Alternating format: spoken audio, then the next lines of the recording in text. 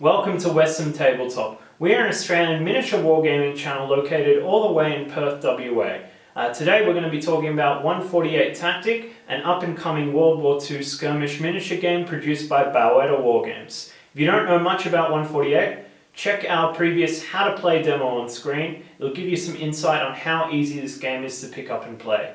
Some points about 148. The rules are really simple to learn. This is a very quick, easy rule system. The quick starter rules available on the 148 Tactic website are only a one-pager. They're available for free, as well as the unit cards, game aids, everything that you need to play you can download from 148tactic.com. Matches for this game typically play under an hour. Sometimes less. You can get a game in under 30 minutes, which is really cool. Also, it's really cheap to play this game. You only need 4 figures aside, and you can use figures from your existing World War II miniature collection. So if you collect bolt action, for example, you can play this game with just 4 figures. I've got a few quick announcements for what's happening in the 148 scene over the last couple of weeks. So just this week specifically, Baueda has released a new Kickstarter campaign, and this is an expansion to the existing game that's all focused around the US 1st Infantry Division. So this will be adding new unit cards to the games and some weapon upgrades which we haven't seen before, but we'll get back to that a little bit later. Just this week, Western Tabletop has released an official 148 Tactic Australian discussion page. So please go ahead and join that and keep an eye out for all events that are happening within Australia from there. Additionally, I've got a little bit of a miniatures haul behind me. So Baueda has sent us a bit of a care package. We've got the 148 Tactic official rules here. I've got a can full of blisters to improve my armies, and they've also sent through 2 of the starter sets. So we've got the 26th Division Volksgrenadier and the 101st Airborne, and both of these sets are themed around the Battle of the Bulge. So they'll be really interesting to paint. We're going to do a bit of an unboxing, a review, and maybe some painting guides later on with these sets specifically, as well as the new Fallschirmjäger starter that's on its way as well. Just a little bit of an update on events that are happening around the world, well, official events at least. This weekend, the Rockingham Historical Gamers will be hosting a Learn to Play session on 148 Tactic. So I wasn't the only one who also got some packages from 148. We have a big club in Perth, the Rockingham Historical Gamers, and quite a few of them have bought into 148 Tactics, so we're going to do a bit of an unboxing and play and learn how to play the game. And that's all happening at Good Games Rockingham in Perth. So if you are in the Perth area and are interested in 148, why not come down and see us?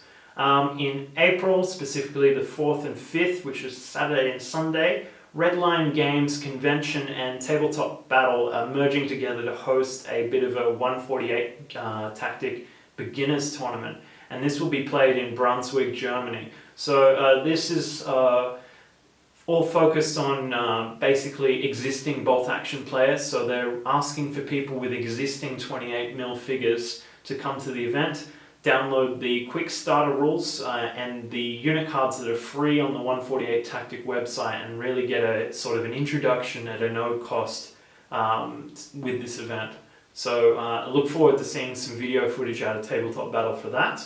And roughly 2 weeks ago, Tabletop Battle also did a European tournament, which was the first official tournament for 148 Tactic, and that was hosted in England. So that was played with the Stokes2Stafford Wargaming Club, and there was a little bit of help from Steve Perry from Rubicon Miniatures to set up that event. Now there's a really great video out there which is basically the roadshow of the Tabletop Battle team driving and getting on the flights from Norway to England to get to this event. So really recommend having a look at that. It gives you some insight of how the game is played and how people prepared for their lists and all the fun that they had at that event. So let's go back to where I was talking about that Kickstarter that's all themed around the US 1st Infantry Division, known as the Big Red One. So there's a few pledge levels to this individual Kickstarter. and mostly the Kickstarter's all about the unit cards and weapon upgrades that are coming in the form of booster packs. So 148 Tactic is really played with a bunch of unit cards for each faction, and getting additional new unit cards out there will really add some nuance to the tactics of creating an army list. So we're really excited to see a brand new faction and what sort of changes that can bring to the game. So at the various pledge levels you can get various forms of booster packs, and as the pledges increase there's free cards that they're throwing in each individual pledge level. What's really cool is if you pledge 99 euros, you'll get the 2 starter sets behind me, you'll get a pack of 6 boosters and a couple of limited edition cards. At the higher level from that, they've got this crazy design your own character kind of pledge, and basically you give them some details that you'd like for your unit. So you'll design around the name and what kind of class they are, kind of give them some idea of what the stats might be, and give them a photo, and they'll try and make a card design in your image, I guess. So that's really cool.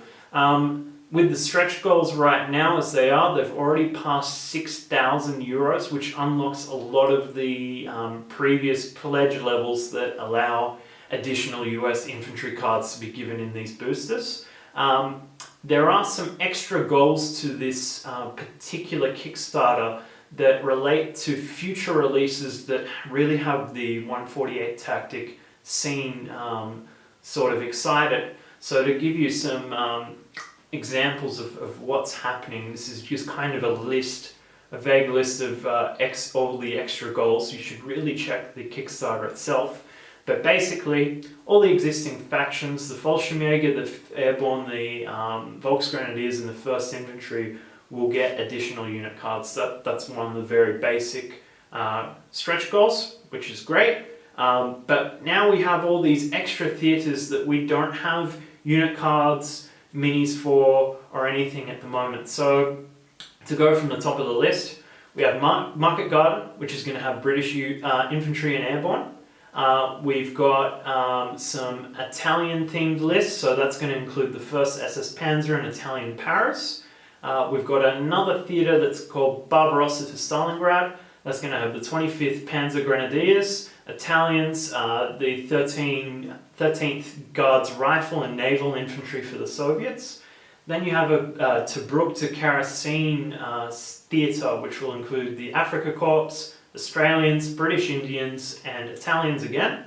And then you've got a island hopping campaign, so Guadalcanal to Okinawa will include the US Marines and Raiders, the Imperial Japanese Army, and the Special Naval Landing Force, which is the naval infantry for Japanese Army. Then you've got a Blitzkrieg selector, which is Poland to Dunkirk.